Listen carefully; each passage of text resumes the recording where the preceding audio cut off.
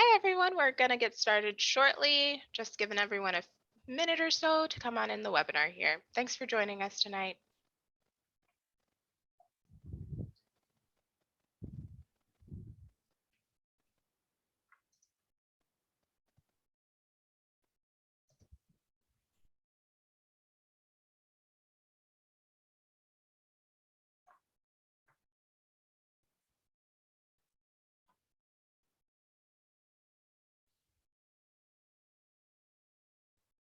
Right. Hello, everyone, and welcome to tonight's program. My name is Lydia Nimke, and I'd like to thank all of you for joining us tonight for our presentation, Our Great Lakes in the 21st Century, Challenges and Opportunities. You all are muted and have your cameras turned off, but please feel free to engage in the chat for any questions you may have or, to engage with the presentation. Our presenter tonight is Anne Moser, the Senior Special Librarian and Education Coordinator at the Wisconsin Water Library. Thank you so much for being with us today, Anne. Oh, it's my pleasure, Lydia. Thanks so much for the invitation. So I guess I'll go ahead and share my screen and get started here. So first, thank you so much to Lydia for inviting me. For me to get an opportunity to talk about the Great Lakes is such a pleasure. I've been working on this in this program for about 14 years in this library. I'm an East Coast person who fell in love with this watershed. So we're going to talk about the challenges facing the Great Lakes right now, and that can sort of be a bit of a difficult undertaking because the lakes are under some stress right now. If a couple of years ago, if you had a chance to read Dan Egan's really great book, Death and Life of the Great Lakes, you got a really good introduction to the history of how we got to today. So my remarks will definitely reflect, what was written in that deeply researched book. But I'd also like to just kind of inspire us to think about this watershed in a way. It is our place. It is a place that we love and recreate and care for. And so these challenges are tough, but I hopefully will leave inspired to take next steps to take care of our lakes. So anyway, there you go. Now, those of us, there we go. Those of us that work for higher education have taken a common practice now of reading a land acknowledgement. And I always share a reason why, because I feel that we're going to be talking about this amazing watershed that occupies a lot of land in the Midwest. And I feel that it does the watershed honor to really share this full history. And this land acknowledgement is an acknowledgement of its full history. So I imagine most of you are in Milwaukee on the ancient lands of the Potawatomi.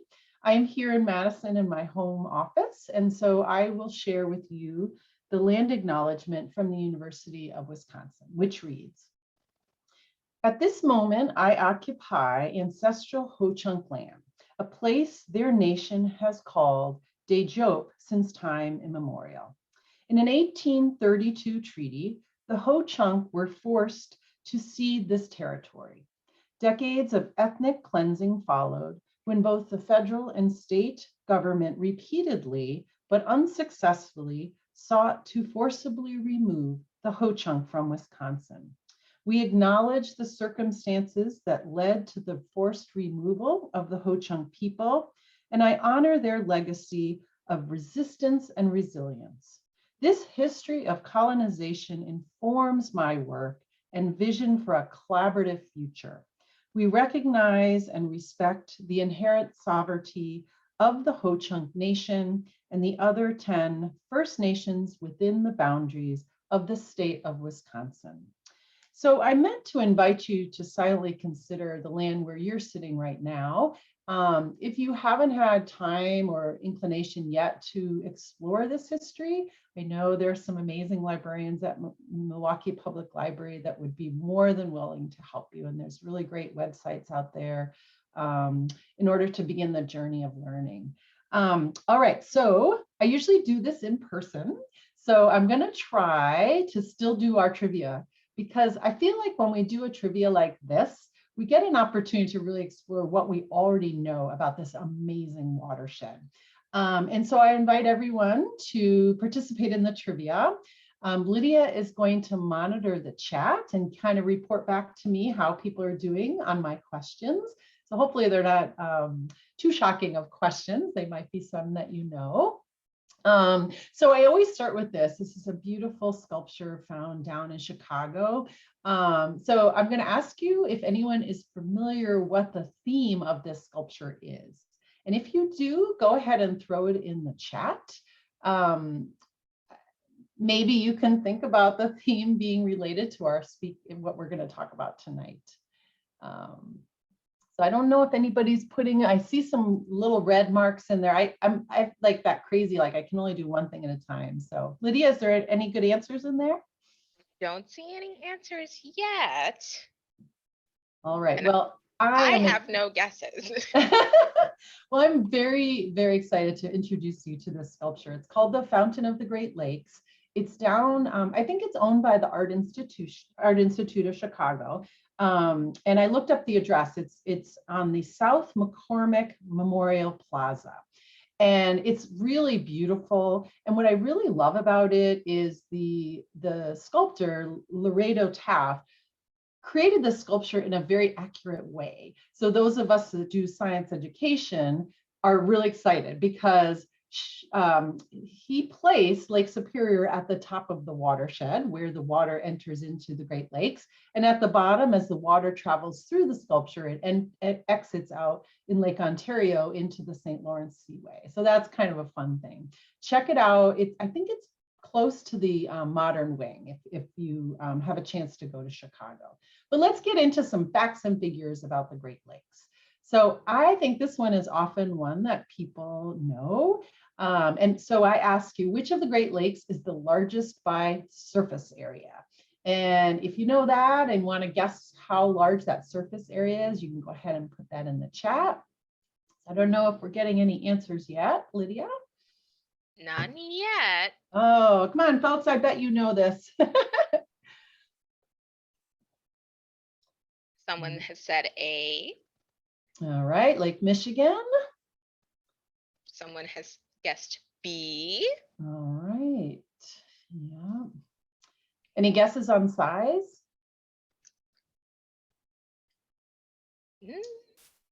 All right, well, Lake Superior, whoever guessed B is correct. Very large.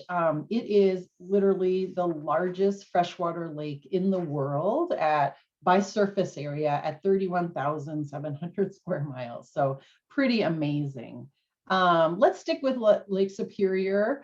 So think about if we pulled the plug on this beautiful watershed and all of the water was emptied out onto land, how much land would be covered with 1 foot of water? So we have A, North America, B, the state of California, C, all of North and South America, or D, the eastern half of the United States. Anybody have any ideas? I think they're thinking. This is a thinker. This is a thinker. You can do a little calculation. I have to say Lake Superior is the largest of the Great Lakes, and all of the Great Lakes can fit into Lake Superior. And I think including 2 Ontarios. Wow. So Frank says D. Looks like Beth has guessed C. And Sean is guessing A. Alice also guesses A. So we're kind of all over the place, except no one thinks B.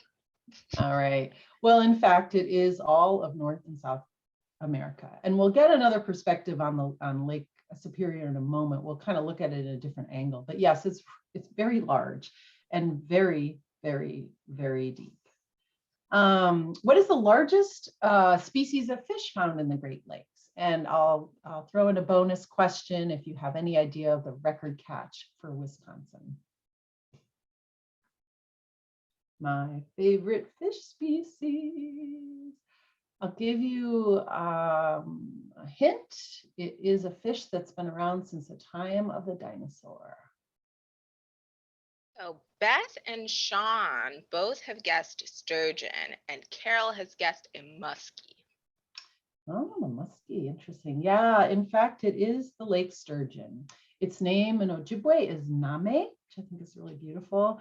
And it is a fish that's been around pretty much exactly how it exists now since the time of the dinosaurs, which is pretty remarkable. It's a great fun fact that kids are like, what? During T-Rex?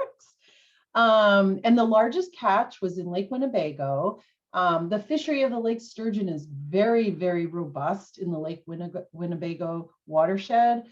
The fishery in the rest of the Great Lakes is still under a lot of stress. There's not a lot of fish species, but a lot of scientists are working in order to bring that species back. And they're using a lot of the lessons they're learning in Lake Winnebago. Lake Winnebago is smaller and can be more easily controlled as well. The watershed is so large. But in fact, this gentleman in 2010 pulled up a sturgeon that's over 200 pounds. Just think about that. He did it in February in sturgeon spearing season, a 7-foot long fish. Can you imagine? And so I decided I'd look up how there's also a rod and reel season. And in 1979, a gentleman pulled up a 170.5-pound fish on a rod and reel. And they estimated it to be about 100 years old. So these fish, they're very gentle giants. They can live for a very, very long time. All right, so geography. I'm wondering if anybody recognizes this beautiful Great Lakes city. Skyline, kind of beautiful. Sean says Detroit.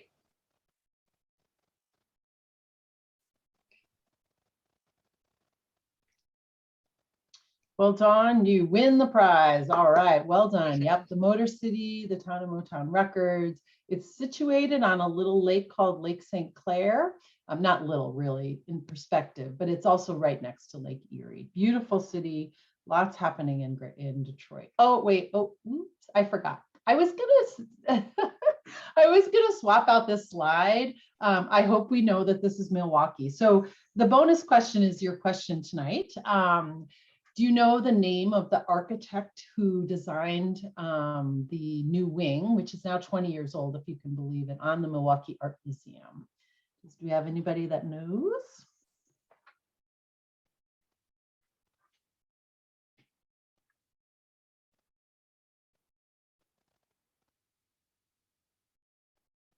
Getting any guesses, Lydia? Yes. Alice says Calatrava. Peggy says Santiago Calatrava. Sean also says Santiago Calatrava. Awesome. Yes, very much. Santiago Calatrava, very brilliant architect.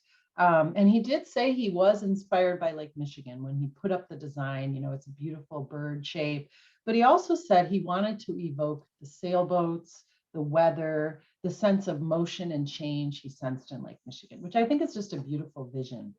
All right. Anybody know this Great Lakes feature? I thought I would give a new perspective on it from the air, maybe a beautiful drone picture. And then there are 2 cities that border this Great Lakes feature. So if you know what those might be, go ahead and put those in the chat.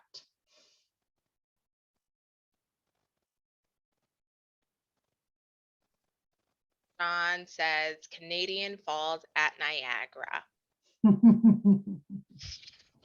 Very well done. Was that a trick question, Anne? Well, in fact, these are the Niagara Falls, really famous. And the 2 cities that border it are Niagara Falls, Canada, and Niagara Falls, USA. Yeah, that was kind of a silly, quick trick question. I'm hoping someone in the group has had a chance to visit this incredible Great Lakes feature up in Lake Superior. Does anybody recognize this beautiful, beautiful place?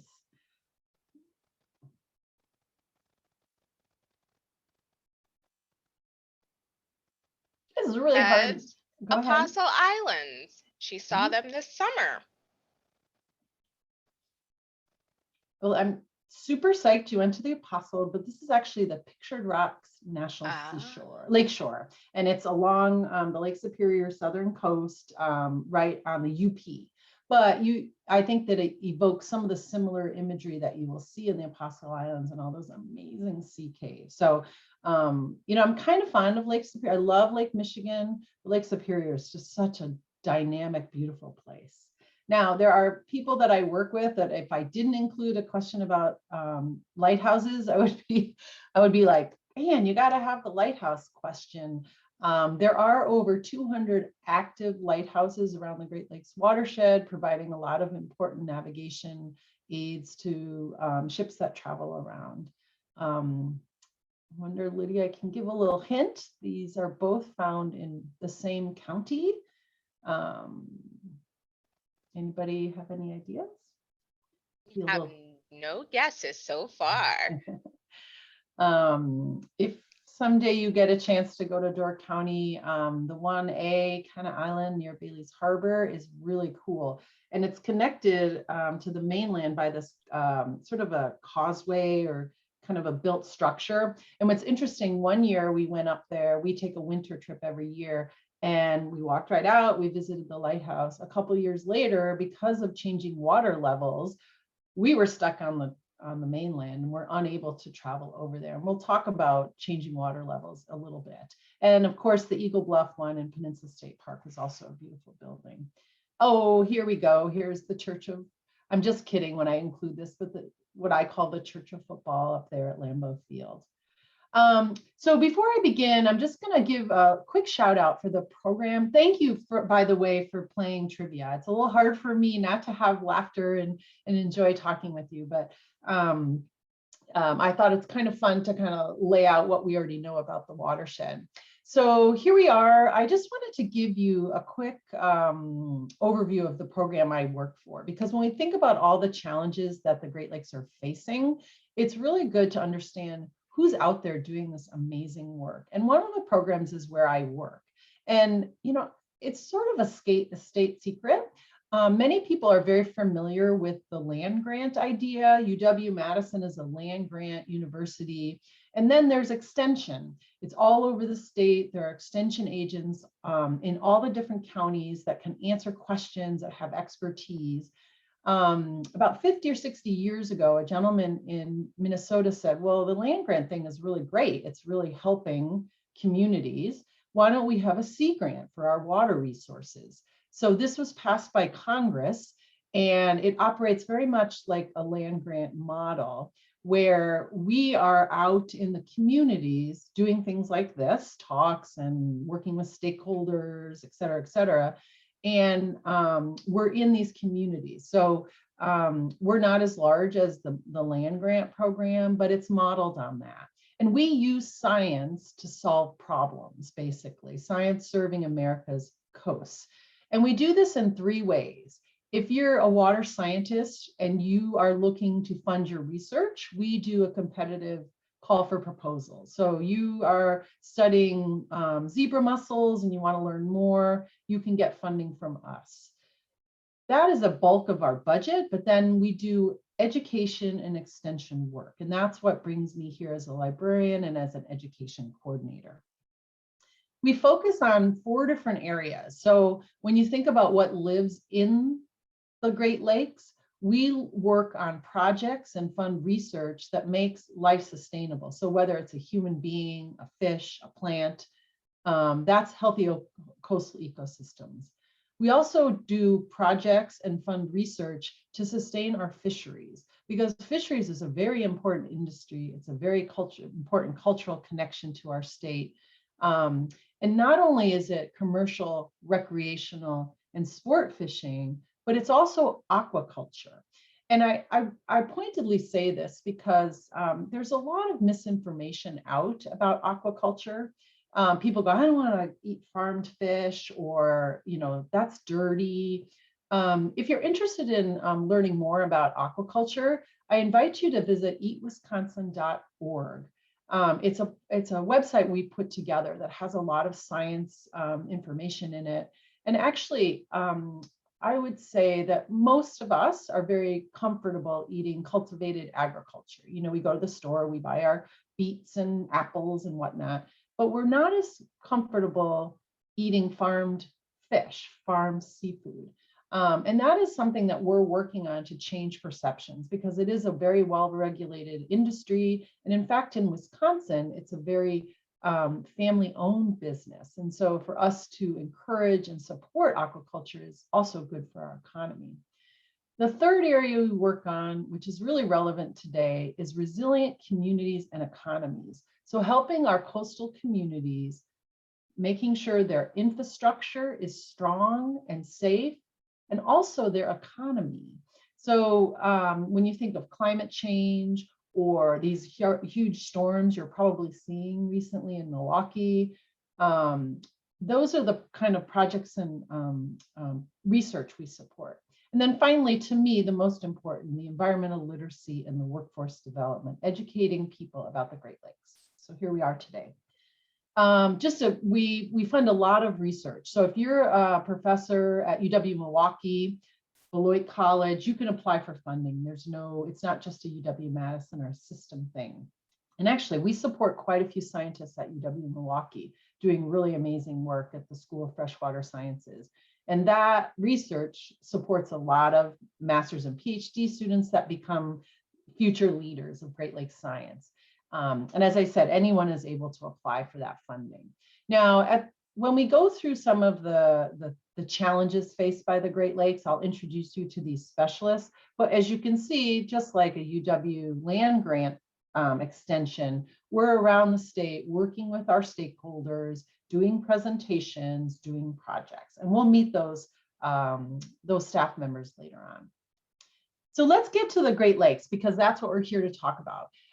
We talked a little bit about trivia, but it is an incredibly remarkable watershed. And one measure of that is coastline. And so I grew up on the East Coast. I have very snotty brothers, I have 3 brothers that are very snotty. And I said, no, where I live in the Great Lakes, my adopted home, we have more coastline than you do, also with the Pacific. So we have a lot of coastline. And what a lot of people are kind of surprised to hear is that there are 35,000 islands in the Great Lakes. So that, of course, that's our coastline length, but there's a lot of coastline to care for. And Wisconsin itself has more than 1,000 miles of coastline to manage.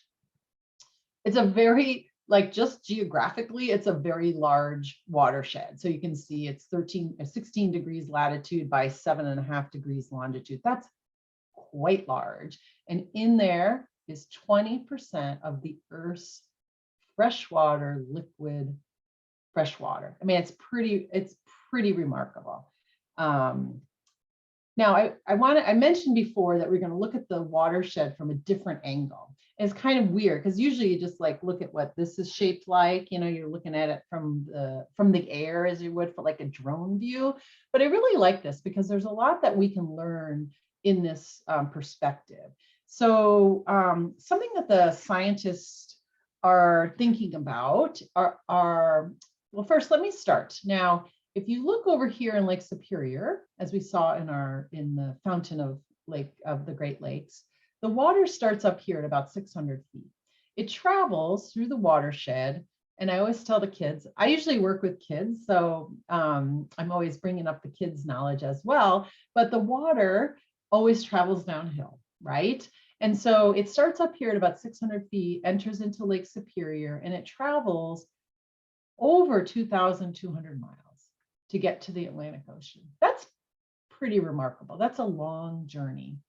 And if you want to throw in the chat, if you have any hypothesis or guess of how long, theoretically, if I dropped that water droplet here, how long would you guess it might take to reach the Atlantic Ocean, to make that journey? I'm wondering, Lydia, let me know if there's any answers in the chat. There are no answers yet, but I'll guess. All right, go for it. 21 days. All right, 21 days. Does anyone else have a guess? Well, I really hate to tell 9 you, days? 9 15 days, years? 15 years, we're getting better. It actually takes 320, almost 321 years to make it through the watershed. And this is what scientists call residence time. And what's really important about that idea is think about a stress happening to the lakes. Suppose chemicals reach it, or contaminants. There's a spill. That water is in that watershed for a very long time. And so that's where we're concerned. The stress on the lake, water is in there for a long time. It's not rushing through quickly. It's taking its time to make through. So when you have a spill or contamination, that's a big concern. So a couple other things to notice here. We talked about the surface area of Lake Superior, but look at the depth of it. It goes down to over 1,300 feet. I'm not sure if anyone has noticed, but this is kind of a bizarre thing, right? We have Lake Huron and Lake Michigan kind of on top of each other. When I first saw that, I was like, what? The things that you can still learn in your 50s, right? But in fact, I said in the beginning that water goes downhill. And if you look, Lake Huron and Lake Michigan are actually at the very same altitude. So if you're a hydrologist, a water scientist, you think that Huron and Michigan are one lake. They're connected at the top. If you can see up here in this picture, they're connected by the very, very narrow Mackinac Straits. And so for hydrologists, it's one watershed, one water body, but that is not how we've defined it over time. And then if you continue along, you can hear Lake Erie. Lake Erie is the shallowest lake. And because it's the shallowest, it's the most productive. So if you go to Friday Fish Fry and you get the walleye, is most likely from Lake Erie, and it's most likely from the Canadian side of Lake Erie.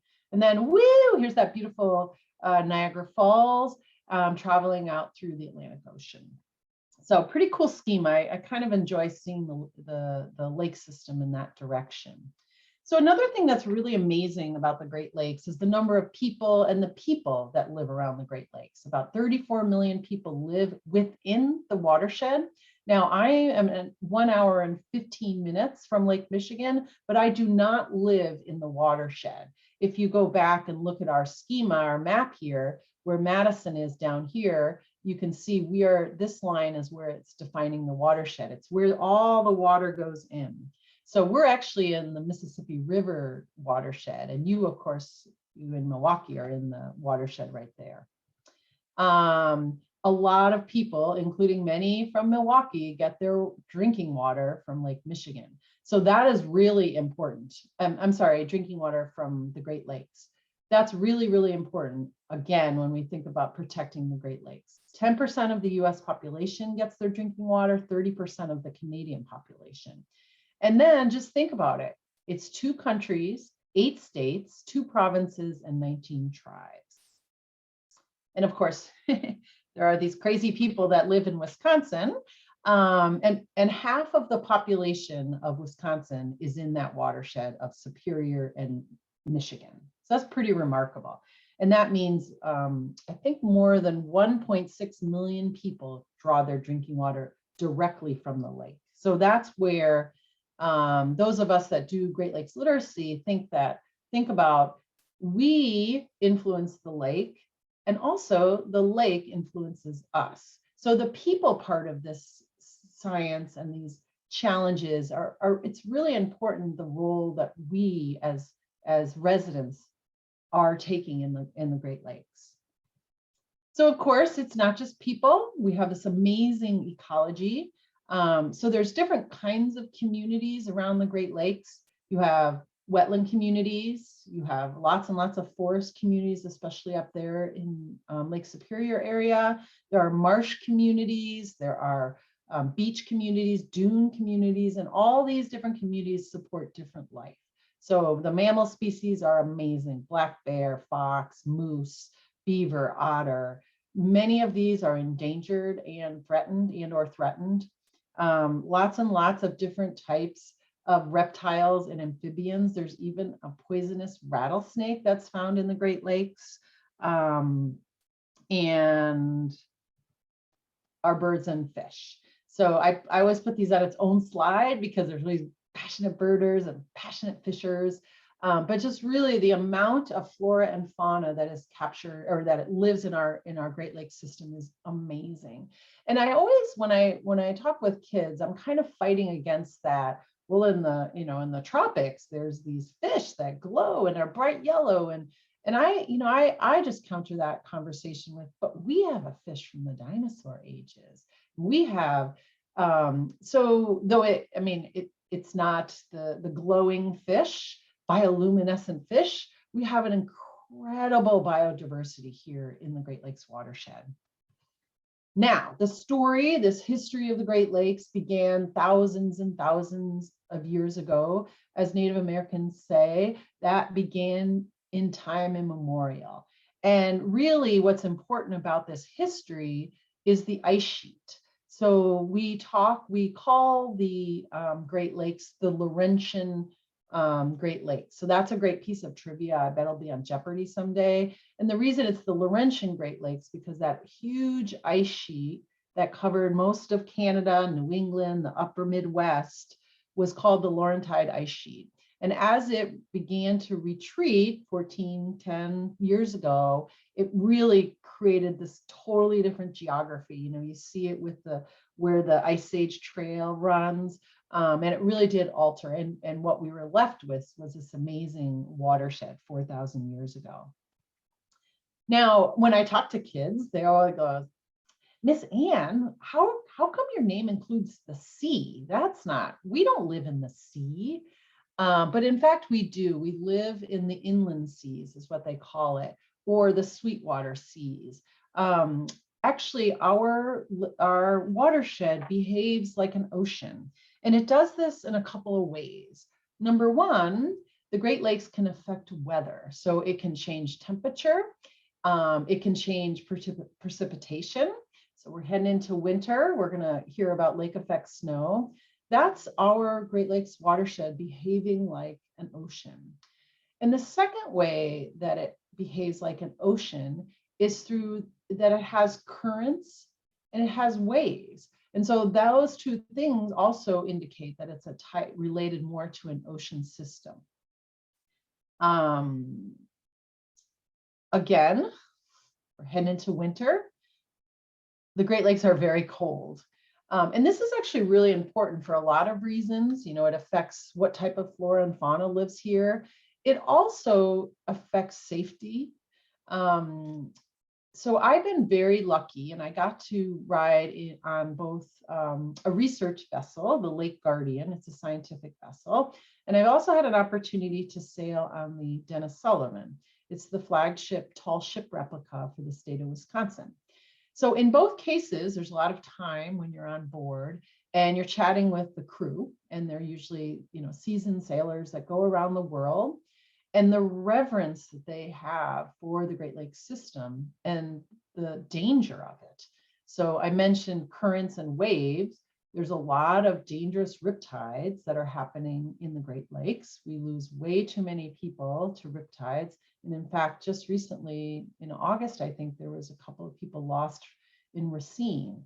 And in winter, the water gets really cold really quickly, and it has the ability to capsize ships really easily. They can cover up ships really fast. So sailors that sail on the Great Lakes, even if they come in for a season, have a great high respect for it. So one of the things that Sea Grant does is to teach about hypothermia and safety around the water.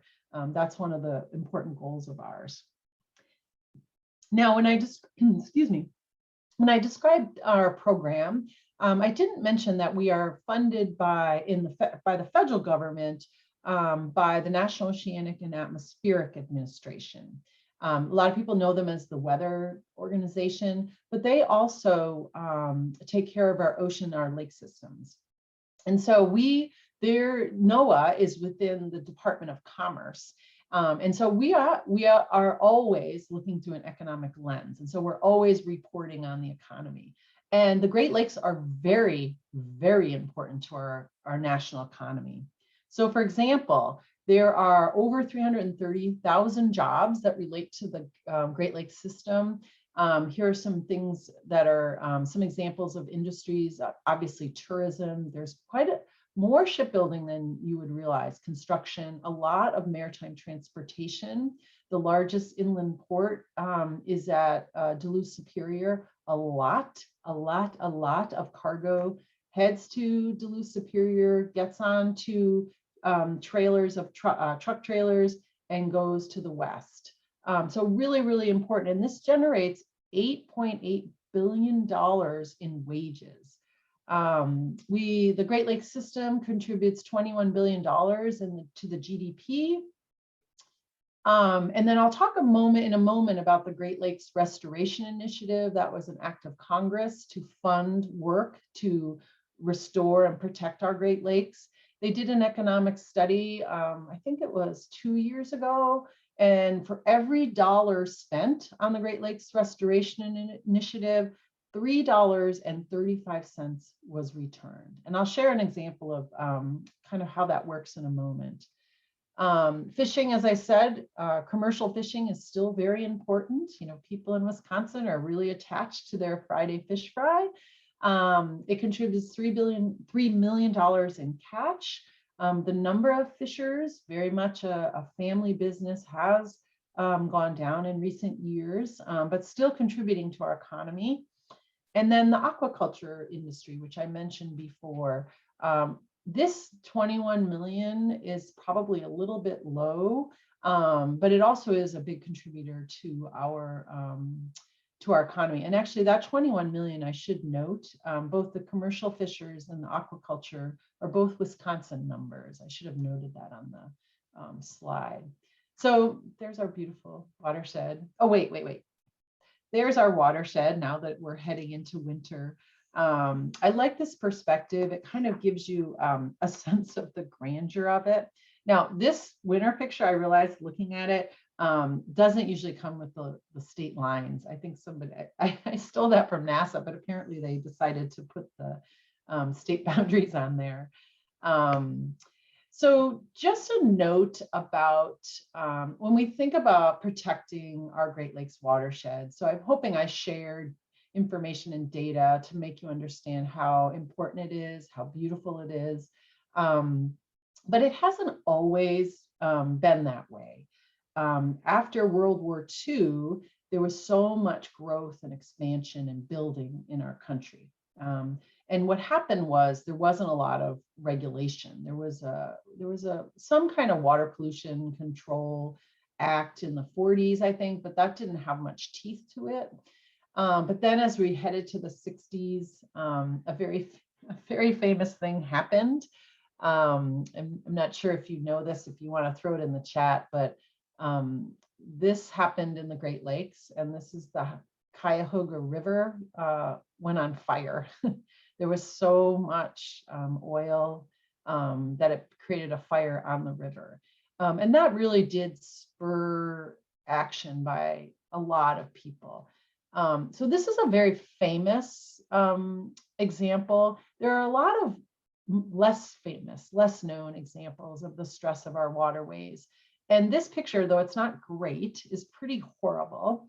A lot of people today think of Lake Superior as being so pristine and so beautiful, and it is. But in this picture, there was a lot of mining that went around all around Lake Superior, and this is taconite tailings coming out of the factory, just straight into the lake, just straight into Lake Superior. So these things were happening around the Great Lakes watershed. And so Congress enacted the Clean Water Act, yay, and also the Clean Air Act. But what really impacted regulatorily the Great Lakes was the Great Lakes Water Quality Agreement in 1972. This was a direct result of the Clean Water Act. Congress said, oh my God, we got to really think about the Great Lakes watershed, this beautiful, large, amazing watershed. And if you have a chance to read Dan Egan's book, you can kind of understand where it was. There was these pollution events, there were some stressors on the waterways, but in fact, the Great Lakes were a pretty big jewel. Egan describes when the invasive species came and how much that changed it. But at this point in 1972, the governments of Canada and the US signed this agreement. And it really was this first step to protect the Great Lakes. They came up with some binational priorities on how to measure whether it was healthy, what kind of chemical parameters they were going to look for, what kind of water quality parameters they were going to test for. And since this agreement of 1972, it's been signed several times. I think 3 or 4 times it's been updated and signed, one of which this picture shows areas of concern. So in 1987, they took a look at the Great Lakes and realized there were areas that were really a problem. And they created what we call AOCs.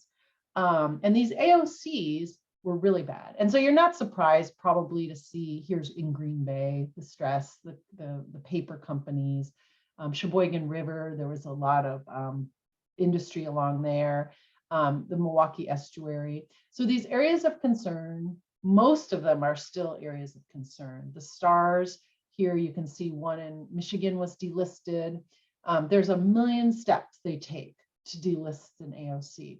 But I want to tell you that I went to Sheboygan River maybe 3 years ago and got a tour by the folks that work at the AOC. And they have made leaps and bounds success in cleaning up the Sheboygan River. And it has become an incredible jewel for tourism. There's a lot of interpretive signs. It tells a story about the AOC and what was going on and what they're seeing now. So when I described how the Great Lakes Restoration Initiative has been very successful, this investment, $1 produces $3.35. We're seeing that in the Sheboygan area. The government, the city of Sheboygan has been reporting these numbers out. Now, one other thing that's happened to the water quality agreement came last February, and this was really, really, really great news. For the close to the 50 years of the agreement, they were not drawing on any of the science that was going on by the tribal nations. They take a different approach to their science, which is called traditional ecological knowledge. And finally, last year, in the beginning of last year, this had been going on for a couple of years, this guidance document came about. And this guidance document will now be included in the work that they do under the water quality agreement. So when they do their parameters, when they set their numbers, when they look at the different testing protocols, they'll look to the TEK document for guidance. And actually, I think that I'll come back to that. So another act of Congress was really powerful, was the Great Lakes Compact. And those of you in Milwaukee are probably familiar with this because of what we're hearing about Foxconn and also the Waukesha example. And this was a compact that all 8 Great Lakes states signed, approved by Congress, signed into law by President Bush in 2008. And this is specifically for diversion of Great Lakes water. And, when we look outside in this beautiful green state that we live in, filled with lakes, wonderful watershed of the Great Lakes, we don't have a real comprehension of some states that are dealing with severe, severe, severe drought. And they wanted to put this compact in place because the Great Lakes watershed should stay in the Great Lakes watershed. So all of the states have agreed on different parameters in terms of being able to divert the water. The case in Waukesha was the first time a municipality came to the governor group to ask for permission to pull water out to give to their community members because the Waukesha water supply has a lot of radon in it. But anyway, so this is another law that's been passed that is really amazing to protect our Great Lakes watershed. And then the GLRI, the Great Lakes Restoration Initiative, passed in 2009, began in 2010. And you can see on this map in 2016 where the different projects have been funded, including me right here. It funds some of my education work for the Great Lakes through the Great Lakes Restoration Initiative. And as I said, this has been a very, very, very successful effort. The investment in the Great Lakes has come back threefold.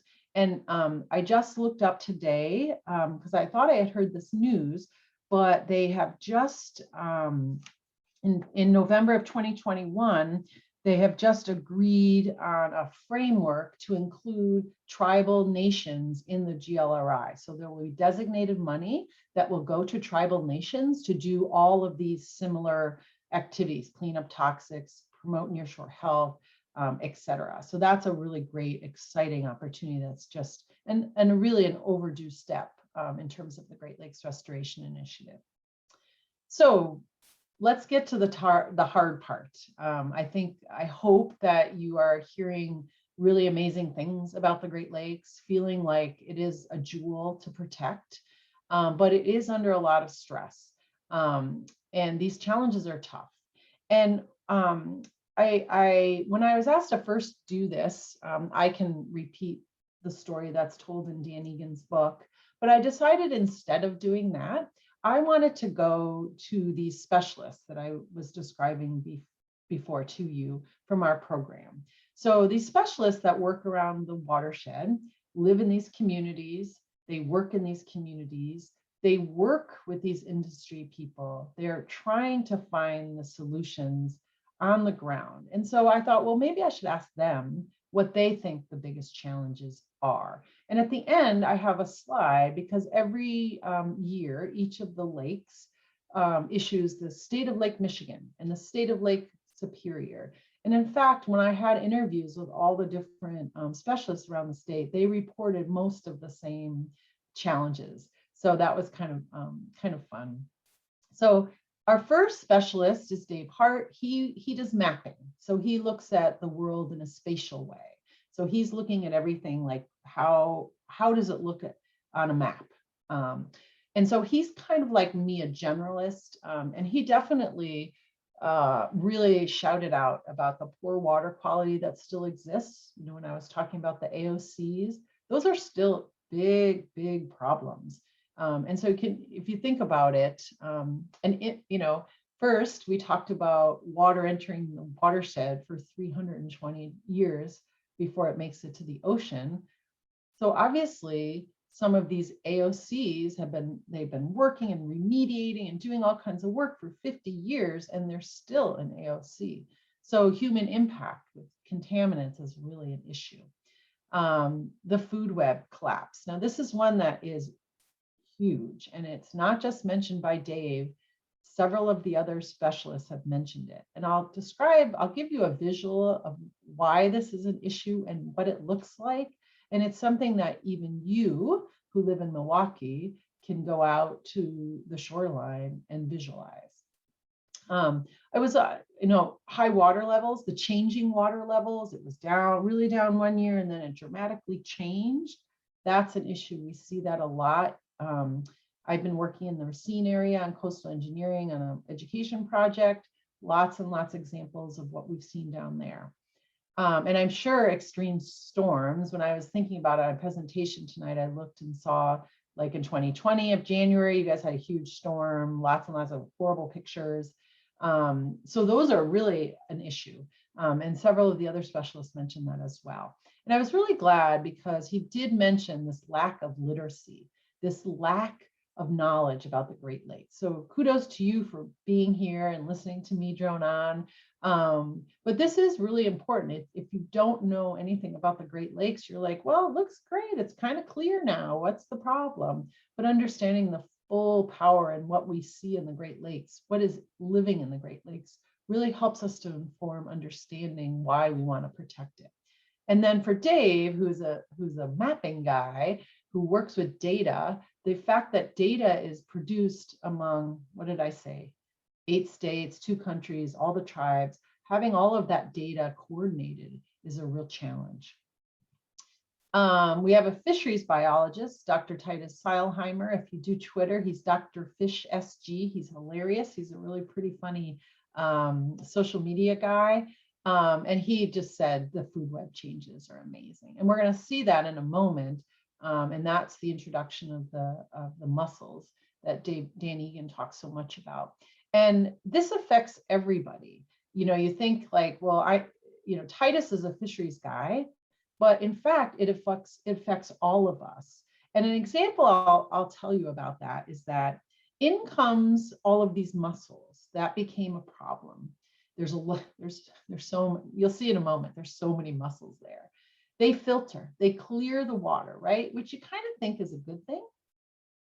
It's not, and we'll see why. But when they filter the water, an algae, which is naturally occurring in Lake Michigan, had a chance to just grow. Crazy, it's called Cladophora. So it grows and it grows and it grows, but then eventually it dies.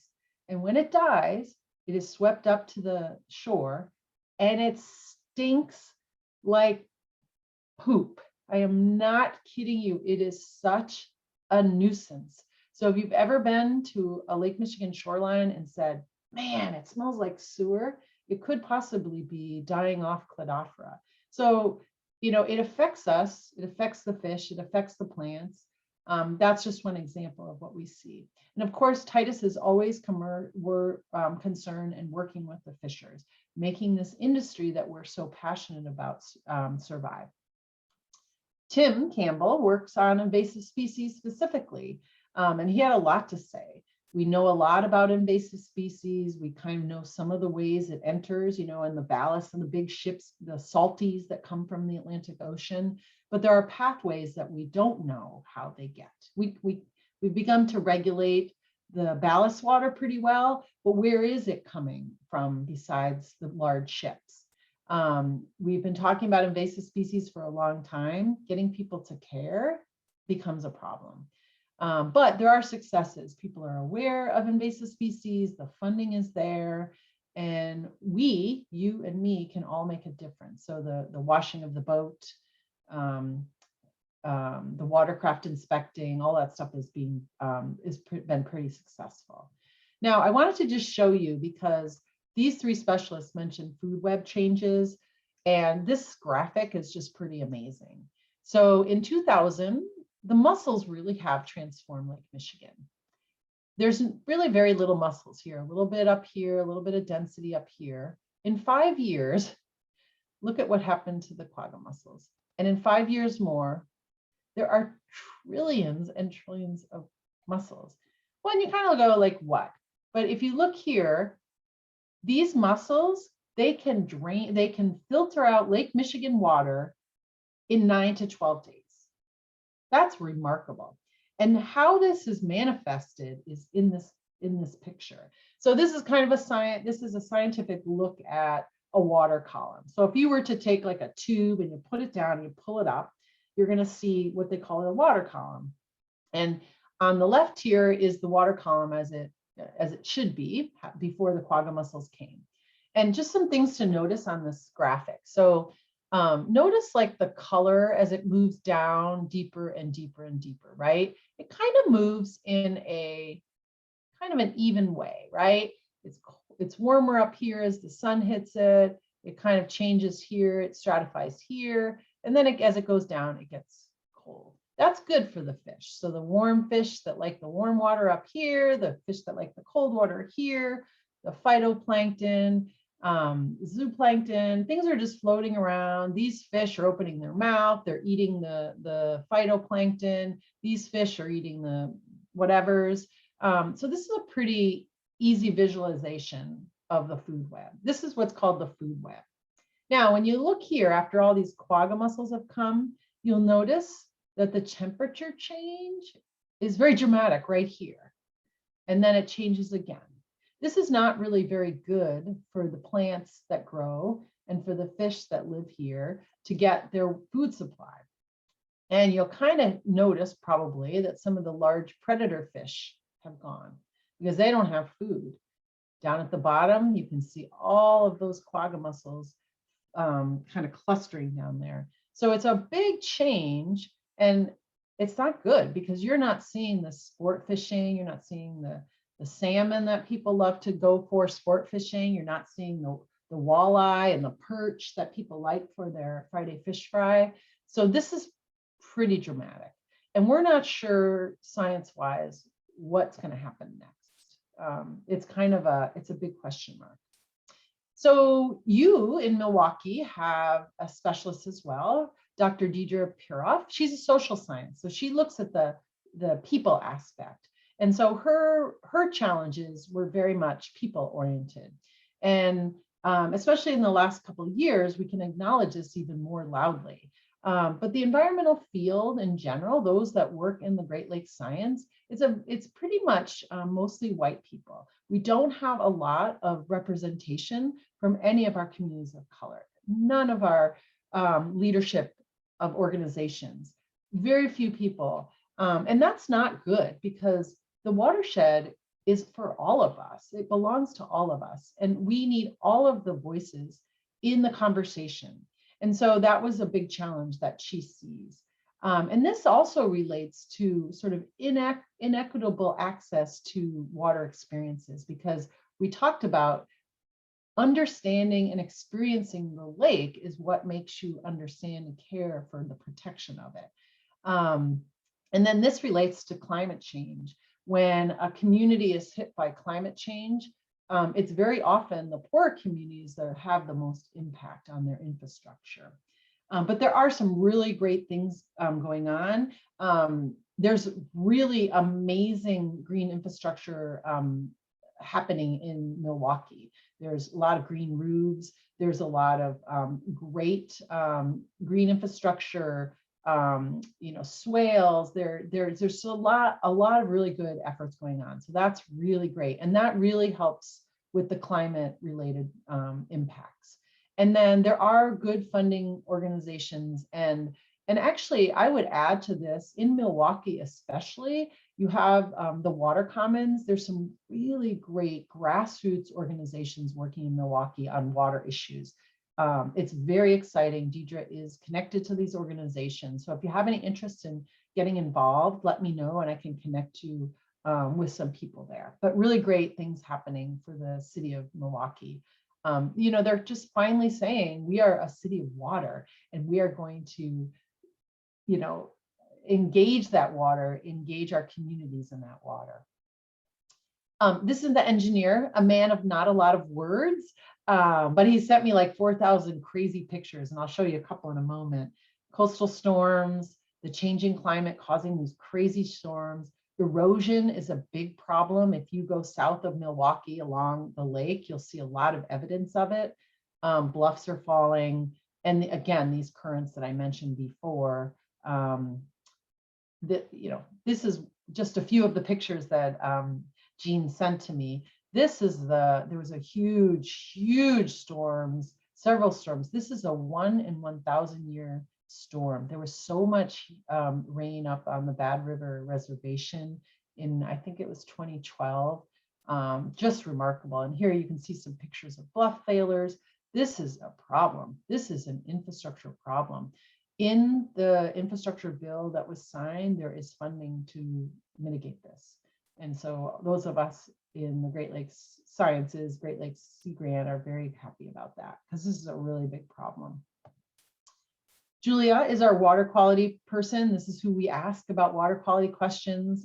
She immediately was like, climate change, isn't it? Climate change. And again, the dangerous wave and rip currents. But she was also really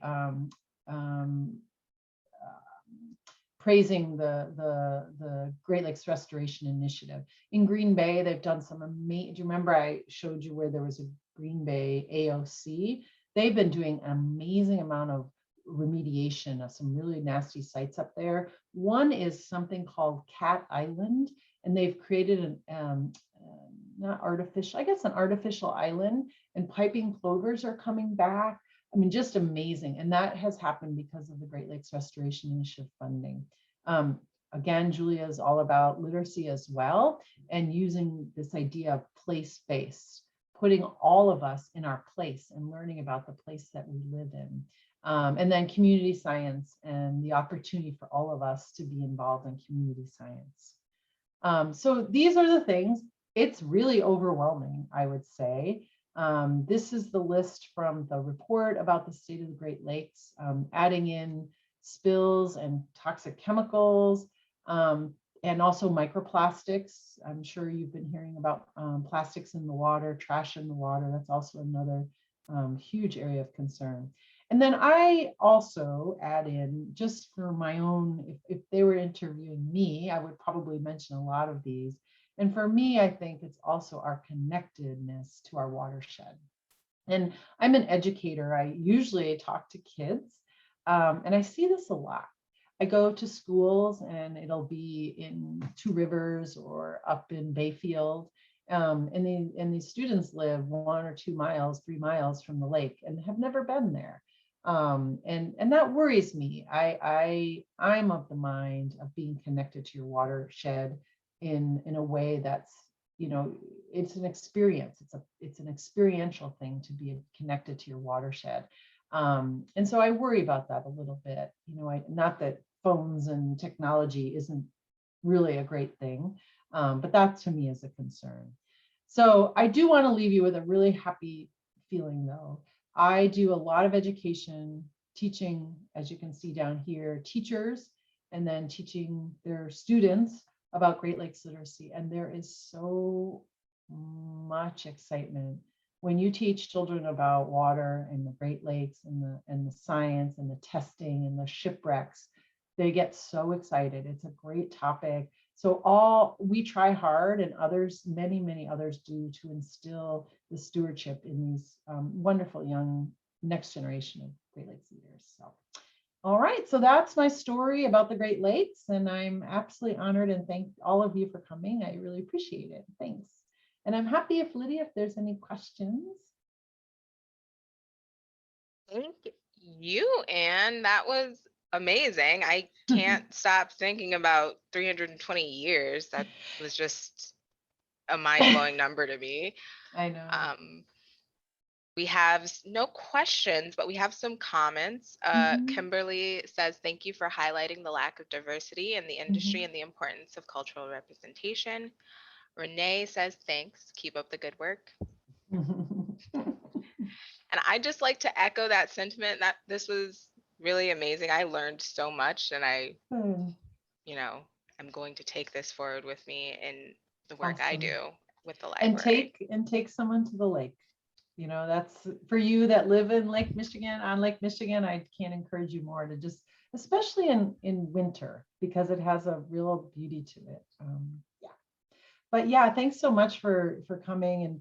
And as I said to you guys all in the talk, if you want to connect with any organization in Milwaukee, please do reach out, and I can make a connection for you. Lydia can help facilitate that. And there's a lot of great opportunities to get involved. So. Absolutely. Absolutely. Thank you all so much for joining us tonight. I have put the link to the Water Library's website in the chat. So if you're interested in learning more, you can definitely head there and check it out. If you're interested in more offerings from the Milwaukee Public Library, I'd encourage you to visit our website as well, mpl.org/calendar. And I just want to thank Anne again and wish you all a wonderful night. All right, you too. Thanks a lot, Lydia, so much. Take care.